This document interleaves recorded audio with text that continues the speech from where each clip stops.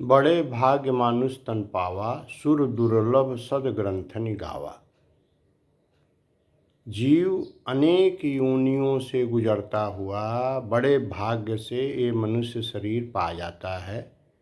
कबहुँ करि करुणा नर देहि, देत ईश बिनु हेतु सनेही। 84 लाख योनियों में भटकते हुए जब भगवान की विशेष कृपा से अपने पूर्व कर्मों के अनुसार मनुष्य तन मिल जाता है, इसलिए इसको मनुष्य जाति कहते हैं। मनुष्य जाति, पशु जाति, पक्षी जाति।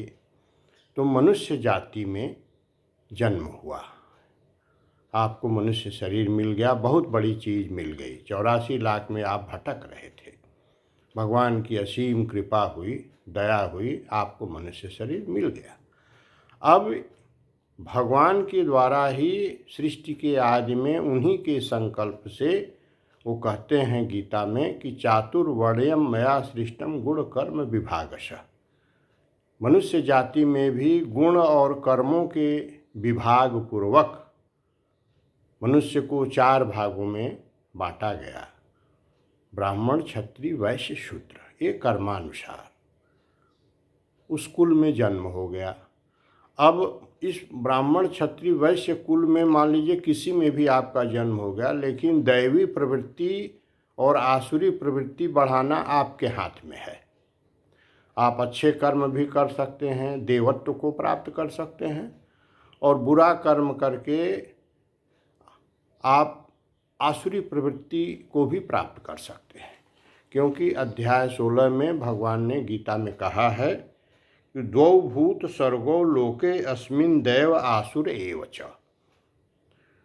मनुष्य जाति 2 प्रकार का है, आसुरी प्रवृत्ति वाला और दैवी प्रवृत्ति वाला। तो कोई भी जो 4 वर्णों में बांटा गया है, ब्राह्मण, क्षत्रिय, वैश्य, शूद्र, वो कोई भी दैवी संपत्ति को भी बढ़ा सकता है, आसुरी संपत्ति को भी बढ़ा सकता है। वो देवत्व को प्राप्त करके परब्रह्म में लीन हो सकता है, और आसुरी प्रवृत्ति को प्राप्त करके इसी संसार में आवागमन में फंसा रह सकता है। बहुत कुछ मनुष्य पर निर्भर करता है। भगवान ने मनुष्य को अपनी ही तरह बनाया है। तो इस समय बहुत कीमती है, जो थोड़ा सा समय मिला है। श्वास आ रहा है, जा रहा है, कब श्वास बाहर आकर के अंदर नहीं जाएगा कोई भरोसा नहीं है।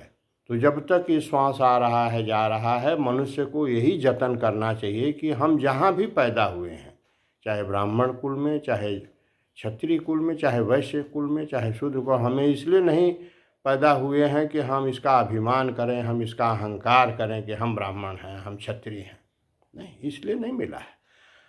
आप अपने अच्छे कर्म करिए, जो आपका धर्म है, जो आपका कर्म है, और अच्छे कर्म करते हुए देवत्व को प्राप्त करके परब्रह्म में लीन नहीं होंगे तो मनुष्य जन्म लेना व्यर्थ हो जाएगा।